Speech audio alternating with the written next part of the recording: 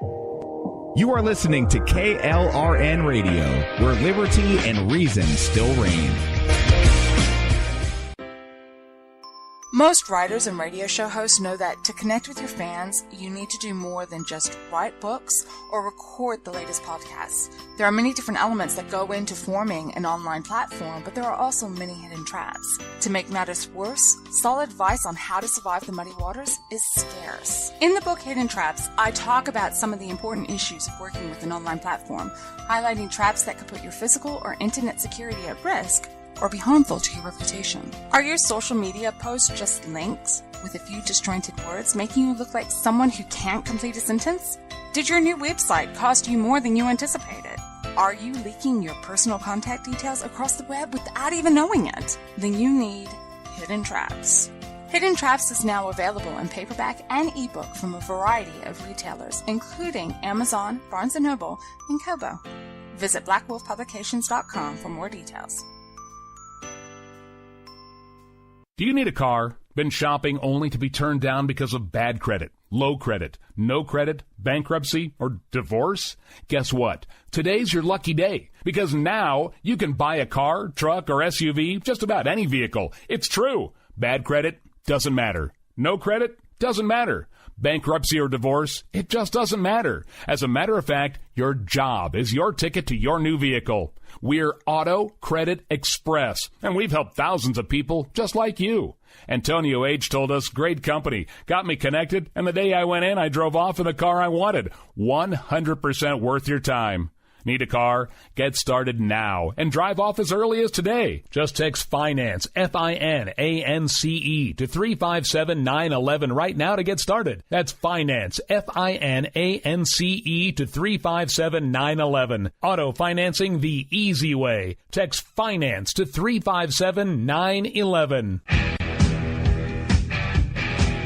KLRN Radio has advertising rates available. We have rates to fit almost any budget. Contact us at advertising@klrnradio.com.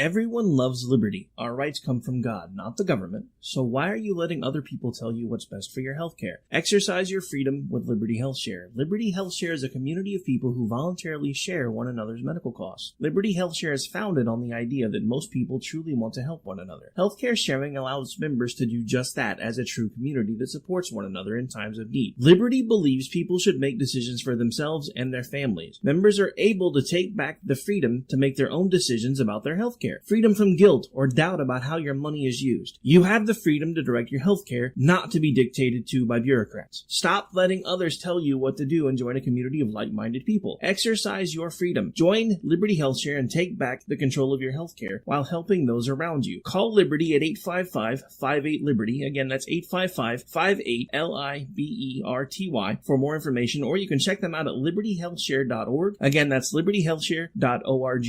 My son was in the Army back during Desert Storm, but even then he wanted an MBA. He looked at a dozen schools, but only one offered the online education and flexibility he needed while he was in a tent in Iraq. Grantham University. Turns out that Grantham's been delivering affordable, relevant college and advanced degrees for over 65 years. Heck, if they can deliver a quality education to a soldier in a tent overseas, think about the flexibility Grantham can offer you so you can earn your degree too. It doesn't matter how complicated or full your life is. If getting a degree is on your bucket list, you'll want to do what my son did. You'll want to call Grantham. Find out how easy it is to get started on your education so you can check that college degree off your bucket list. Call Grantham right now. 800-910-1370. That's 800-910-1370. Flexible, affordable, relevant. Call 800-910-1370. At St. Jude, our family never sees a bill at all. It's like the world has been lifted off of your shoulders. St. Jude Children's Research Hospital. Finding cures, saving children. Learn more at stjude.org. Sometimes writers feel lost, unsure why a passage may not be working. It takes another set of eyes to help us nurture our writing into full maturity. At Black Wolf Editorial Services, we strive to enable writers to develop and grow, offering manuscript critiques and line edits through a mentoring editorial style.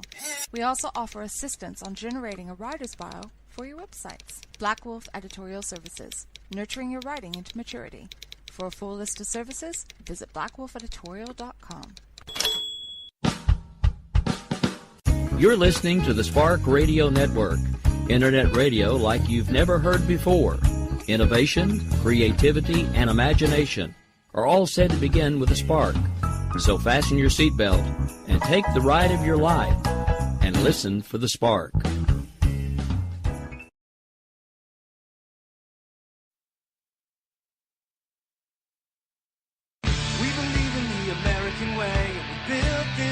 Called the USA, and we fly our flag cause we're proud and free, we're Americans. Red, white, and blue is our way of life. We never back down from a challenge or a fight. Nature provides, God gives the rights, we're Americans. We fish the waters and we hunt the lands. We forge the steel with our own two hands. With what we've got, we do the best we can, we're Americans. This is Rio of Madison Rising, and you're listening to KLRN Radio, where liberty and reason still reign. It's time now for the Conservative Curmudgeon Radio Show. Now, here's Grouchy.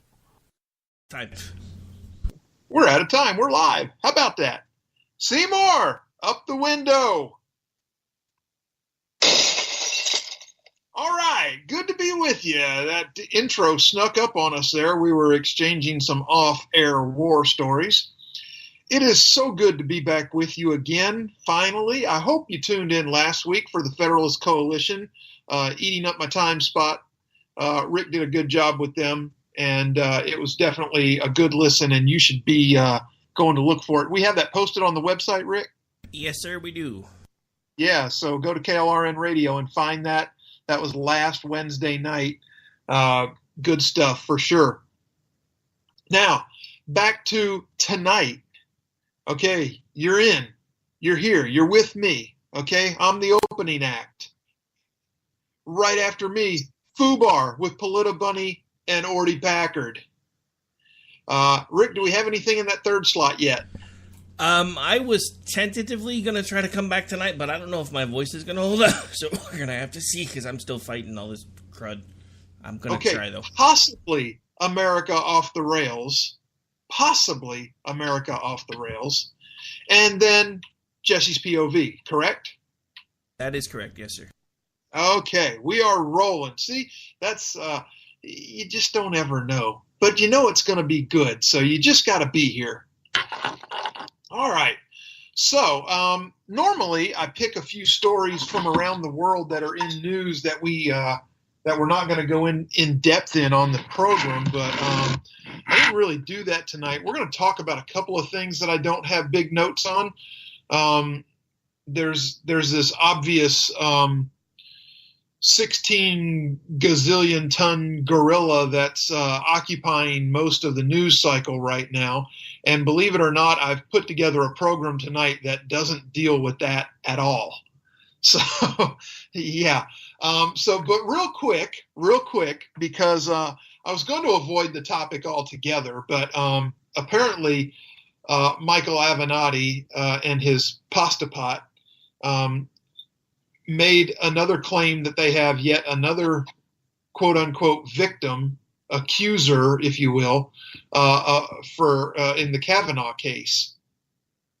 Now, the Daily Mail, which is a British publication, actually seized on that story, and what happened is they have a Russian woman that claims that a Pokemon Go character raped her as she slept. And she leapt out of bed and called the police.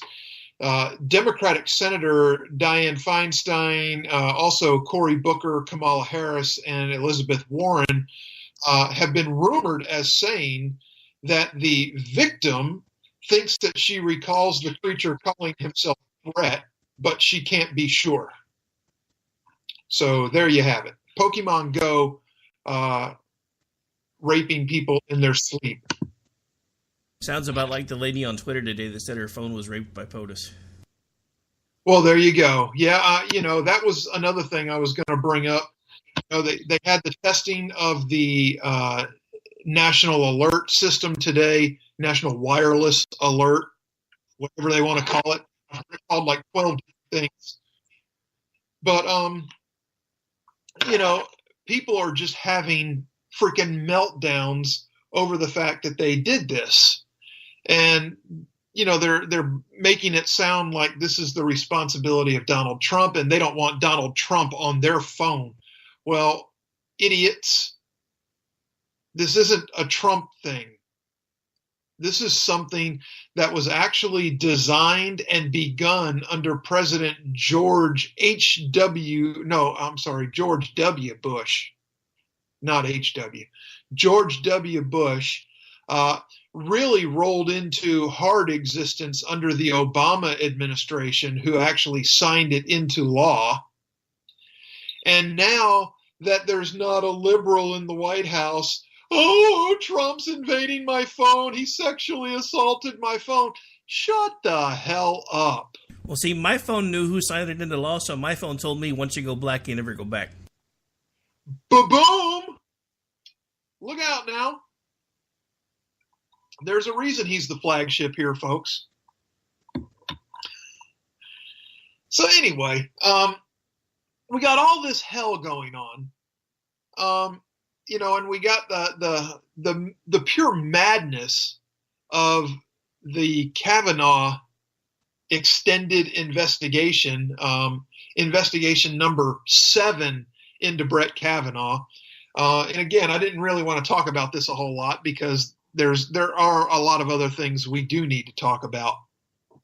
But what really caught me the most so far in this week of this extended investigation is that now Dianne Feinstein,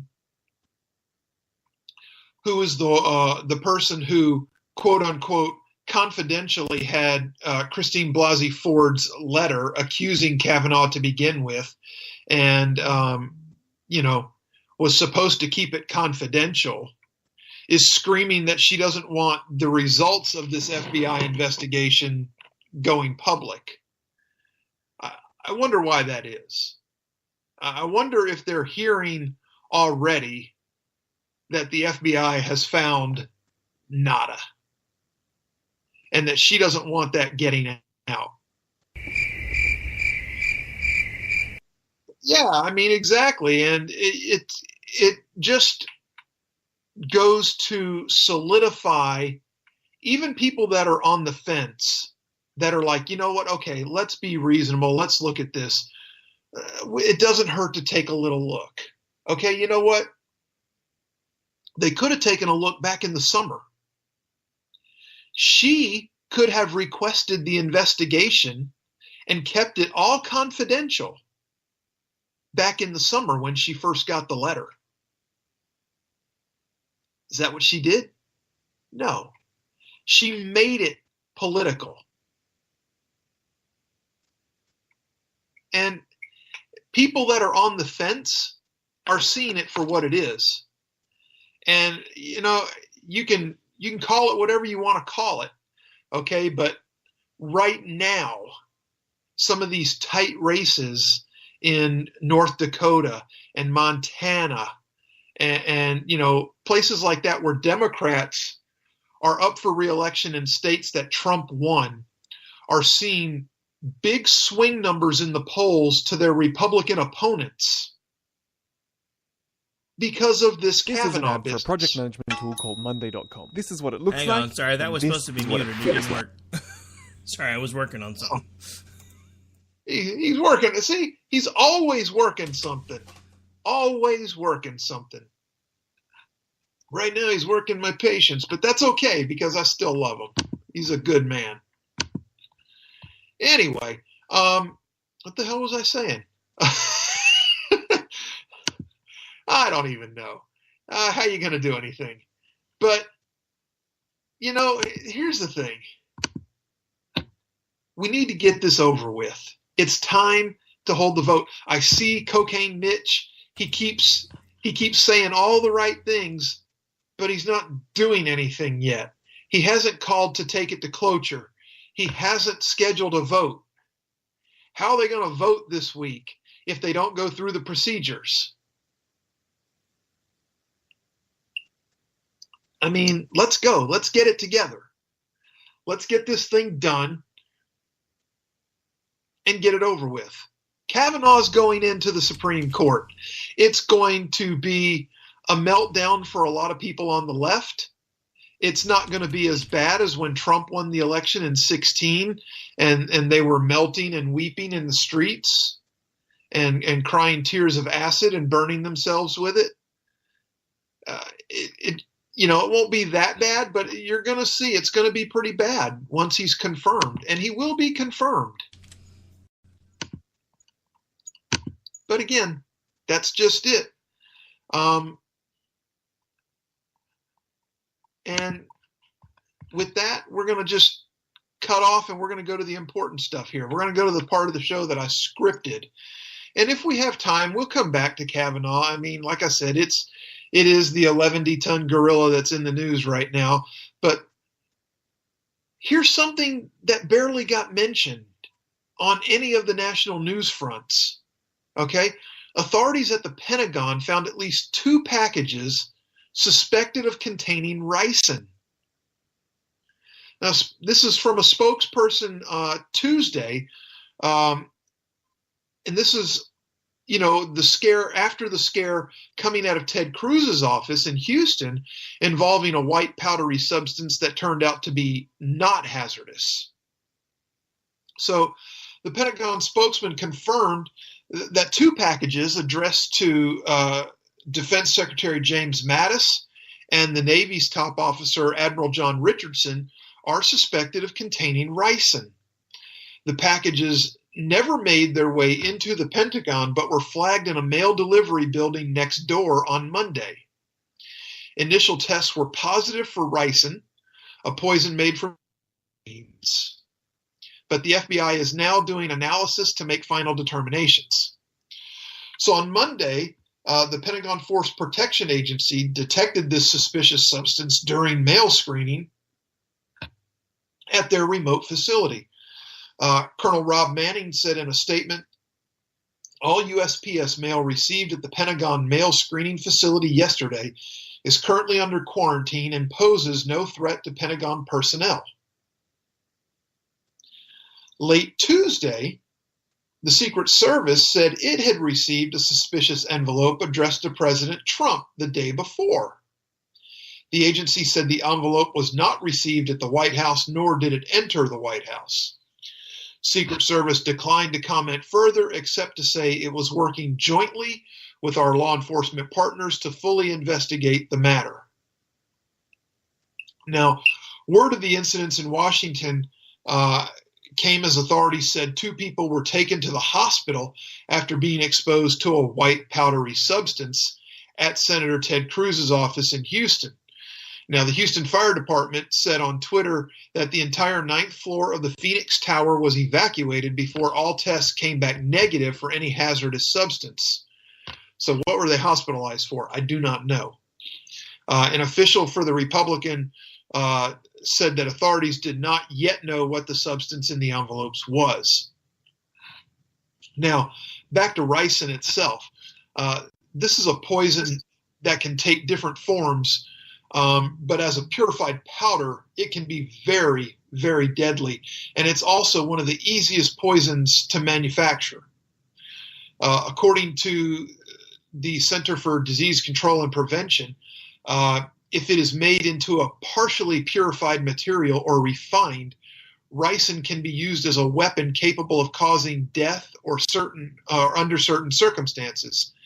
The CDC notes that it would take a deliberate act to make ricin and use it to poison people.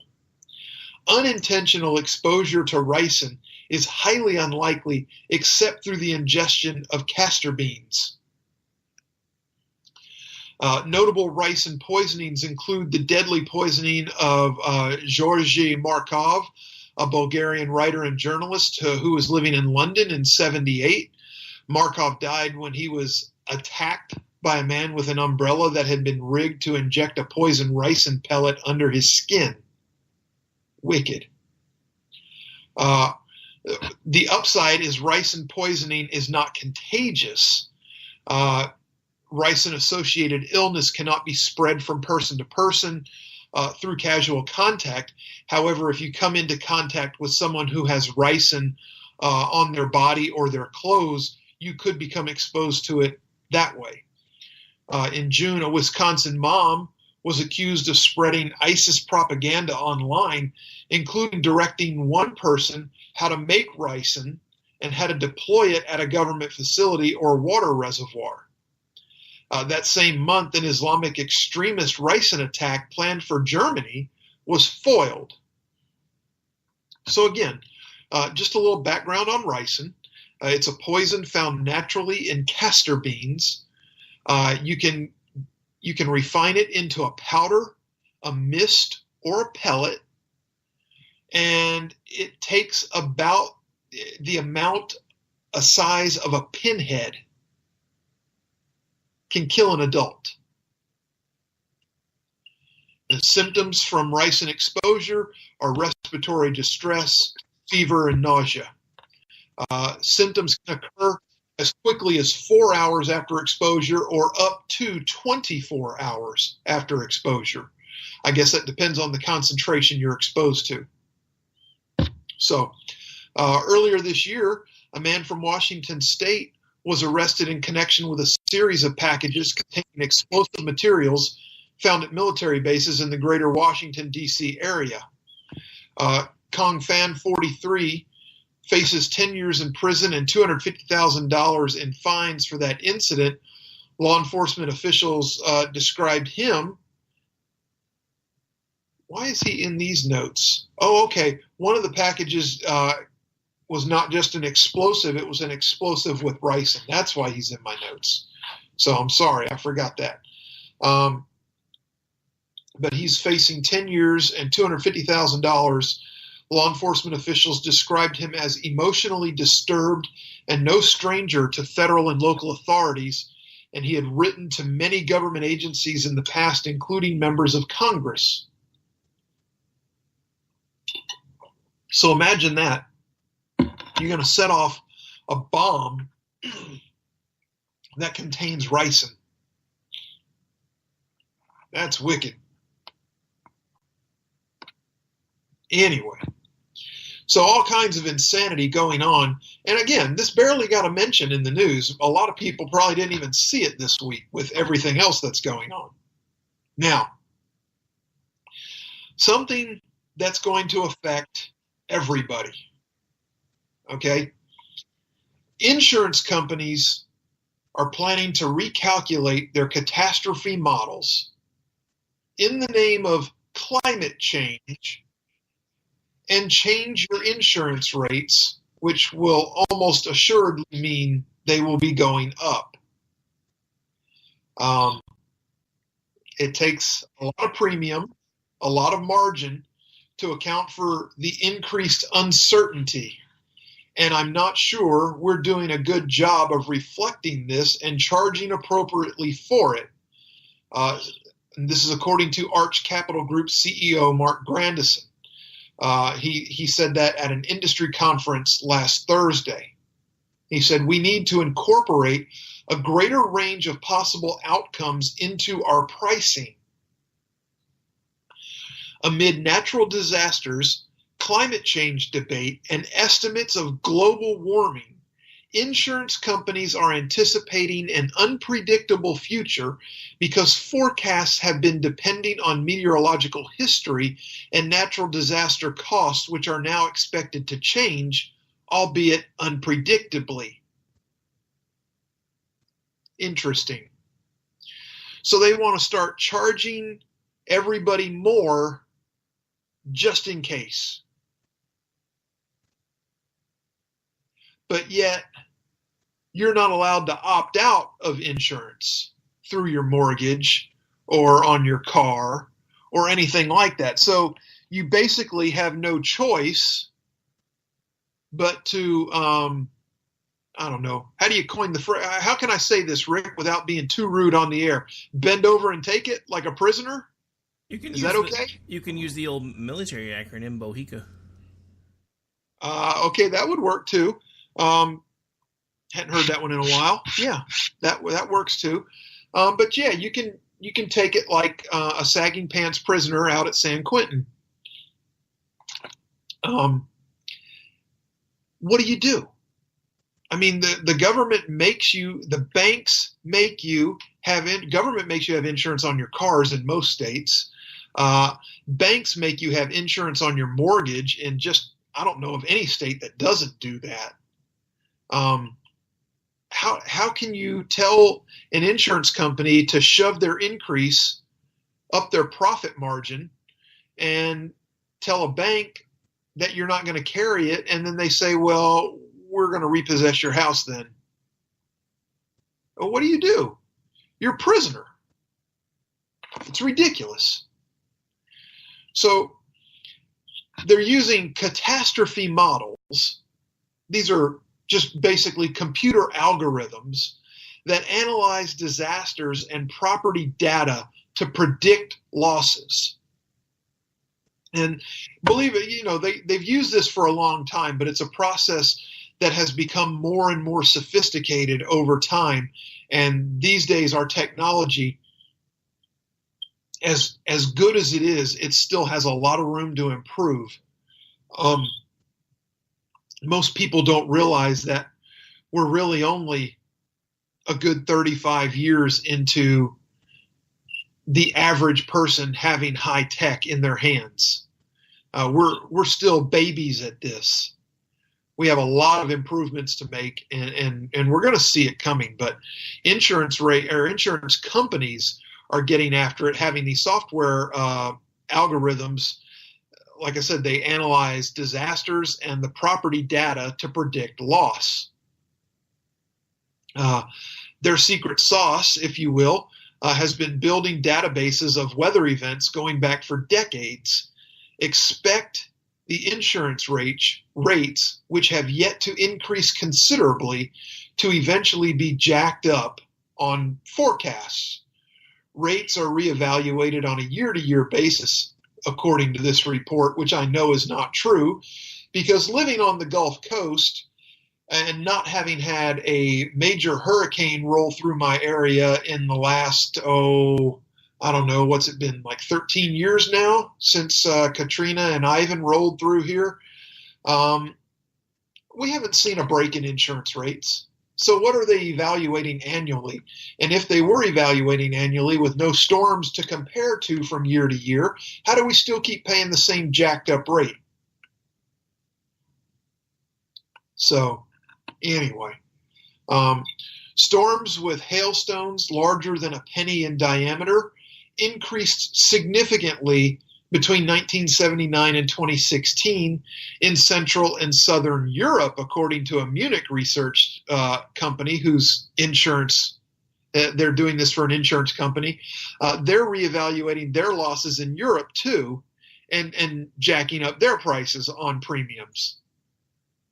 So Ernst Roche of Munich Re's, he said his company is recalculating its models, and it's going to entail many things, and most likely what they will see is an adjustment upward in price. Same thing going on here in the U.S. We heard that from Capital Group CEO Mark Grandison. It is the same thing year in, year out with these insurance companies. It's always open your wallet. It's never get anything back. All right. That's the end of that. We are at the bottom of the hour. We're going to take a quick commercial break, and when we come back, we got to discuss the debt. So do yourself a favor and sit still. Ain't that America? Something to see, baby. Ain't that America? Home of the free. His son was in the Army back during Desert Storm, but even then he wanted an MBA. He looked at a dozen schools, but only one offered the online education and flexibility he needed while he was in a tent in Iraq. Grantham University. Turns out that Grantham's been delivering affordable, relevant college and advanced degrees for over 65 years. Heck, if they can deliver a quality education to a soldier in a tent overseas, think about the flexibility Grantham can offer you so you can earn your degree too. It doesn't matter how complicated or full your life is. If getting a degree is on your bucket list, you'll want to do what my son did. You'll want to call Grantham. Find out how easy it is to get started on your education so you can check that college degree off your bucket list. Call Grantham right now. 800-910-1370. That's 800-910-1370. Flexible, affordable, relevant. Call 800-910-1370.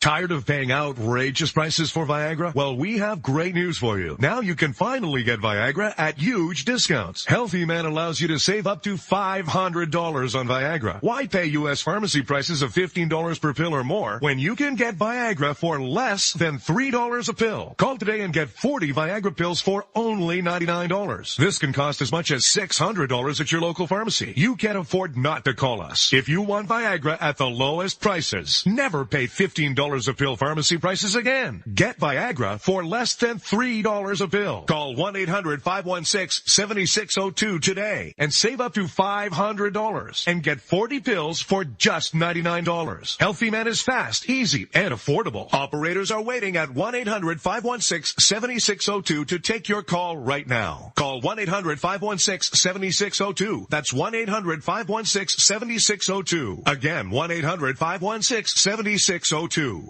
Attention business owners and independent contractors. This is a money-saving message from Tax Mediation Services. If your business owes $20,000 or more in taxes, we can help you today, right now. Listen, dealing with the IRS is no picnic. It's an intimidating and extremely stressful process, and you don't want to go it alone. Our attorneys know every law, every tax break, and every possible opportunity to help you resolve and reduce your tax debt. And if you owe more than $20,000, you may be at the top of their hit list. So don't take your tax debt lightly, because it will not go away on its own. The IRS can seize your bank accounts, your home, and even shut down your business. Call our tax experts today at 1-800-783-0810 and let us deal with the IRS while you focus on your business. That's 1-800-783-0810. Again, that's 800-783-0810. Oh, but ain't that America for you and me? Ain't that America? Something to see, baby. Ain't that America? Oh, I'm sorry. Did I break your concentration?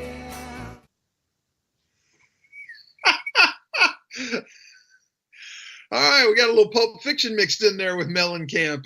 That caught me off guard. I like it though. I forgot to tell everybody at the start of the show. I know a couple of weeks ago we talked about having some new theme music ready this week. I'm still working on that. The song is picked. I'm not going to spoil it just yet, but we're having some licensing issue with it.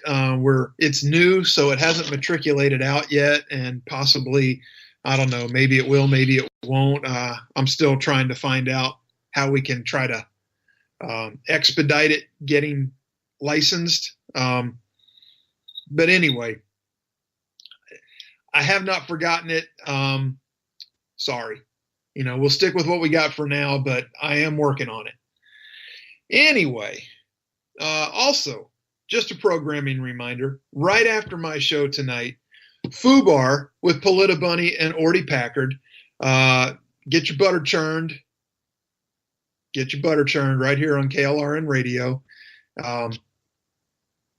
Maybe America Off the Rails after that. It's going to depend on Rick and his voice.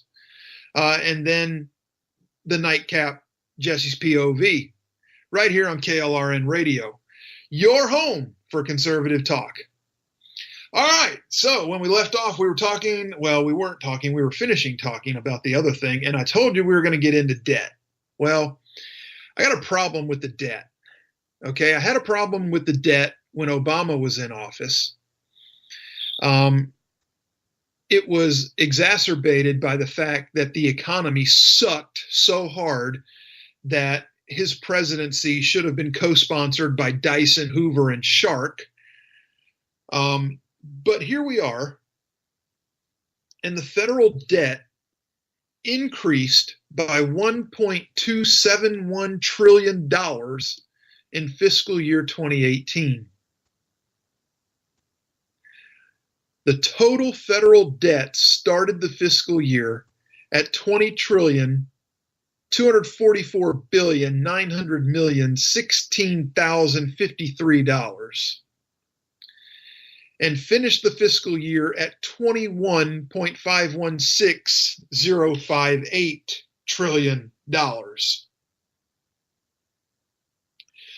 federal fiscal year runs from October 1st through September 30th. And the debt accumulated in fiscal year 2018 made fiscal year 2018 the 8th fiscal year in the last 11 in which the debt increased by at least $1 trillion. The increase in federal debt was also the 6th largest fiscal year debt increase in the history of the United States.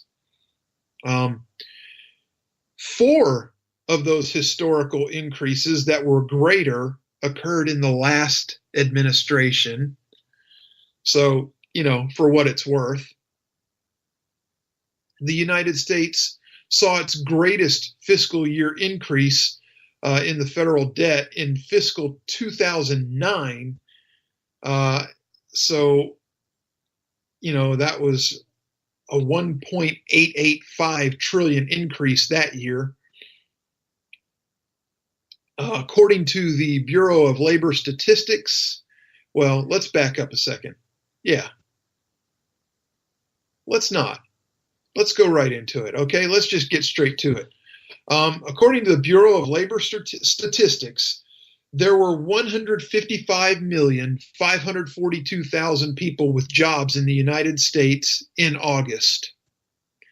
That means that the $21.516 trillion in federal debt at the end of the fiscal year equaled approximately $138,330 for every person in this country that works.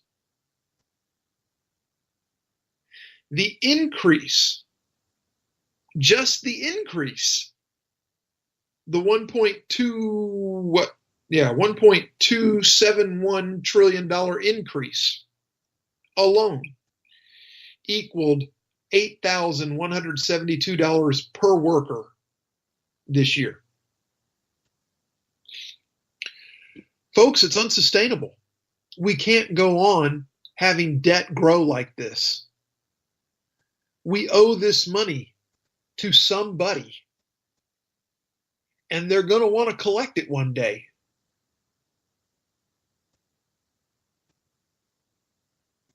I'm telling you now, even with the economy booming like it is, we have got to start servicing this debt and knock it down.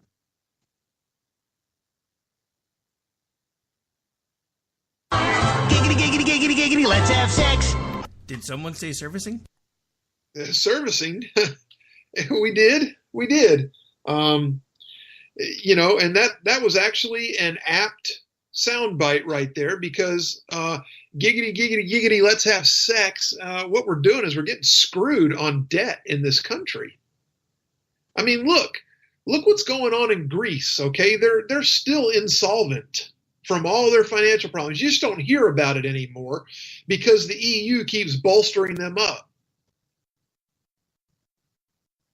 We can't live like that, folks. Carry it long, because we actually have a G, but we need this forever. Soapbox. Let's get to something that's pretty important here too. Also quietly in the last week, while all the Kavanaugh mess has been going on, the Assad regime in Syria on Saturday accused the United States and Israel of supporting and protecting terrorists and pledged that Syrian forces will retake the Golan Heights from Israel, and demanded that the United States and other uninvited foreign troops leave Syria immediately. Now, we're going to veer off here in a minute, but we're going to keep on this for a second. Although the campaign against terrorism was almost over, Walid Muallim told the UN General Assembly, "The government will not stop now, but remains committed to fighting this sacred battle until we purge all Syrian terrorists out of our territories, regardless of their names, and from any illegal foreign presence." 6 years since President Obama first called on Bashar al-Assad to step down, his forces, with significant help from their allies, that would be Iran and Russia, have been buoyed by a series of victories, reasserting control in sizable swaths of the country. Hundreds of thousands of Syrians have died in the conflict and millions displaced. Muallim's speech in New York represented Assad's view of a world divided between victimized good countries, including the likes of Iran, Russia, North Korea, Cuba, and others, and victimizing bad ones led by the United States. The situation in Syria cannot be divorced from the battle raging between two camps on the world stage, he said. One of the camps promotes peace, stability, and prosperity across the world, advocates dialogue and mutual understanding, respects international law, and upholds the principle of non-interference in the internal affairs of other states. The other camp tries to create chaos in international relations and employs colonization and hegemony as tools to further its narrow interest, even if that meant resorting to corrupt methods such as supporting terrorism and imposing an economic blockade to subjugate people and governments that reject external diktats and insist on making their own decisions. That's quite a load of crap. Muallim also rejected the United States' assertion that the coalition it has been leading in the region for the past 4 years has been focused on defeating the jihadists of ISIS. On the contrary, he said, the illegitimate coalition only pretended to be against terrorism while in fact fomenting terrorism. This is hilarious. These governments formed an illegitimate international coalition led by the United States on the pretext of combating terrorism in Syria, he said. The so-called coalition has done everything but fight terrorism. It has become clear that the coalition goals were in perfect alignment with those of terrorist groups, spreading chaos, death, and destruction in their path. Groups that have taken up arms against the regime in Syria range from nationalist and moderate Sunnis to Kurdish fighters to Sunni Salafist groups to ISIS and the al-Qaeda-linked Hayat Tahrir al-Sham, formerly known as al-Nusra. Unlike the U.S.-led anti-ISIS coalition, the regime in Damascus and its allies tend not to differentiate between Assad's enemies, labeling them all terrorists. Muallim said in his speech that he duly accused the coalition of providing direct military support to terrorists on multiple occasions as they fought against the Syrian army. It should have been more aptly named the Coalition to Support Terrorists and War Crimes, he charged. Occupying forces will be dealt with accordingly, he finished saying. Quite the mouthful from somebody we could squash in 10 minutes. We could. We could literally flatten Syria in 10 minutes. we're not going to do that unless they attack us. But, you know, like, you know, they just like to show off at the UN because they get a lot of sympathy. I think it's time that the Trump administration tells the UN, which they kind of did today, to get the hell out of the United States altogether. Just pack up the whole UN and take it somewhere else where people give a damn about it. Now, where I told you, hang on. Let's do this right. He basically said a word that rhymes with truck, and the other one was you. Yeah, well, yeah. Yeah.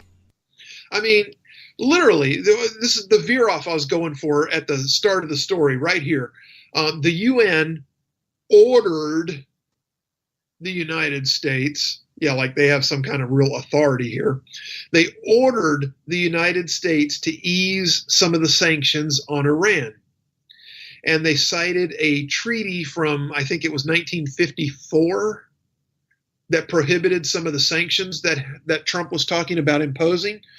So Pompeo announced that they're going to nullify the treaty because basically it's just been the United States enforcing it upon themselves anyway. And if the treaty's gone, then we can stick our middle finger up at the UN and say, screw you, these are going to stand. And that's basically what happened. So you have countries that either harbor or sponsor state terrorism around the globe, calling us terrorists. Now, do I agree that we need to be in every little conflict in the Middle East? No, I do not. I do not think that's a good thing. I think that we need to finish our business there and get the hell out. Now, does something happen after that? Well, it always does. It's the Middle East. It's something been happening over there for over 2,000 years. It doesn't matter what happens. Eventually, something else happens, and somebody else is a warring faction. But anyway, the regime draws a clear distinction between those foreign forces it wants on its soil, Russia, Iran, and other allies, including the peace-loving people of Hezbollah, and those it has not invited.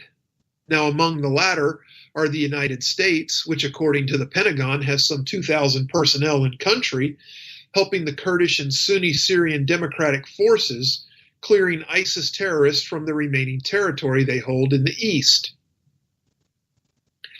Last spring, President Trump signaled his desire to withdraw the troops soon, citing progress against ISIS. But over the months since, the administration officials have linked the troops' presence there with a different security concern, Iran and its maligning behavior in the region. The president has made clear that we are prepared to remain in Syria until the enduring defeat of ISIS, and we remain focused on ensuring the withdrawal of Iranian forces and their proxies. Good luck with that. State Department spokeswoman Heather Nauert said that in a statement back in August. France also has troops in Syria, around 1,000. They have not surrendered yet, so I'm assuming they're still encamped where they're supposed to be, which would be very near the Turkish troops that have crossed into Syrian territory frequently, boosting their presence in the Idlib area adjacent to the Turkish border, one of the last remaining strongholds of the anti-Assad rebellion. Any foreign presence on Syrian territory without the consent of the Syrian government is illegal and constitutes a flagrant violation of international law and the UN Charter, said Moallem. We therefore consider any forces operating on Syrian territory without an explicit request from the Syrian government, including the United States, France, and Turkey, occupying forces and will be dealt with accordingly. Elsewhere in his speech, he reiterated the regime's denials of any use of chemical weapons, insisting that it eliminated completely its chemical program under an international agreement brokered by Russia in 2014 with the consent of the Obama administration, which we later found out last year. Was it last year or earlier this year? I forget. It was either late 2017 or early 2018. We found out from John Kerry that the Obama administration indeed knew that Syria did not completely dismantle its chemical weapon program and its stock of chemical weapons. So we know that this program they're referencing back in 2014 was bogus. Kerry's admitted as much, which means that Kerry, Obama, Hillary, I think, was already gone by then. What's her damn name? Jarrett. They all lied to us. They all lied to us about the chemical weapons program in Syria and it being dismantled and the weapons disposed of. We all kind of knew it was a load of crap, but we have the proof now with his confession. So, consequently, any chemical weapons attack in Syria was the work of our enemies, he said, pointing a finger once again at the quote-unquote white helmets, a volunteer rescue organization with which the regime and Russia accuse of collaborating with terrorists, including false flag chemical attacks designed to attract Western military strikes against the regime. The U.S. and others credit the White Helmets for having saved tens of thousands of civilians' lives during the Civil War, but Muallim charged that the group was the main tool used to mislead public opinion and fabricate accusations and come up with lies on the use of chemical weapons in Syria. Israel's main declared concern regarding the conflict in Syria is the extent to which it is strengthening its main regional foes, Iran and its Shiite terrorist proxy in Lebanon, Hezbollah. The Israelis have carried out multiple airstrikes targeting positions in Syria linked to Iran and Hezbollah. Muallim reprised regime allegations that Israel's actions in Syria are actually intended to bolster anti-Assad terrorist groups. But just as we liberated southern Syria from terrorists, we are determined to liberate fully the occupied Syrian Golan, he said, referring to the strategic border ridge which Israel has controlled since 1967. Some regional experts view as highly unlikely the prospect that Israel will ever surrender the Golan Heights, particularly in the aftermath of a civil war that ends with increased Iranian presence and influence near its northeastern border. So, that's going on this week. We've got Syria, Iran, and Russia as a united front, basically threatening the U.S. in the Middle East now. Way to go, Obama. Way to let Russia become a superpower again. So anyway, we're getting tight on time. Do we have time for this? I don't know. Maybe not. We have time for that. Yeah, we got time for that. Okay. So there was this recent report showing that each year more than 250,000 guns are purchased in the United States expressly to be sent to Mexico. Of these, the vast majority of the sales originate in the border states of California, Texas, New Mexico, and Arizona. The AP points to a 2011 law that required gun dealers along the border states to report to the ATF anytime someone purchased 2 or more semi-automatic long guns in a 5-day period. This law was put into place by the Obama administration and repealed by Trump in 2017. The AP seizes on Trump's repeal of the law and quotes Gabby Gifford's associate, who said, if the Trump administration were serious about wanting to stop refugees from fleeing violence in Latin America and Mexico, to come north, they would be doing something about the southward gun trafficking that is fueling a lot of that migration. Completely missing from this report and this column was an admission that the 2011 law was in place when the 2013 study that they cited was conducted, yet researchers still note that more than 250,000 guns were being smuggled into Mexico each year with this law in place. In other words, the law Trump repealed had done nothing to ebb the flow south. So notably, this column did not bring up the Obama administration's own gun smuggling operation into Mexico. Yeah, Fast and Furious, we all remember it. This is the operation that ultimately cost Border Patrol agent Brian Terry his life, and perhaps an untold number of Mexican and U.S. residents alike. But it did not even get a mention in this column about gun smuggling into Mexico. So how in the hell can you point a finger at Trump for this? Again, this is the media in America these days. This is what it's become. Folks, it's time to wrap it up. FUBAR's getting ready to start in a few minutes, so I see you in the chat room. Hey, everybody. Thanks for being here. I know Bunny and Orty are getting it all fired up and getting it ready. If you like tonight's show, tell your friends. If your friends like the show, you need new ones. But they and you are welcome every week right here with me on KLRN Radio for the Conservative Curmudgeon Radio Show. I'm your host, The Grouch. Peace. God bless.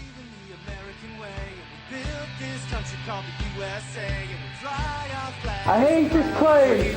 Nothing works here. The medications don't work. I've been here for 7 years. Never back down from a challenge or a fight.